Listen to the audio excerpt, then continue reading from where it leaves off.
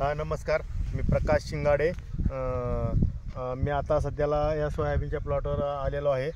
सासवरे येथील श्री ताकभाते सर यांचा सोयाबीनचा प्लॉट आहे।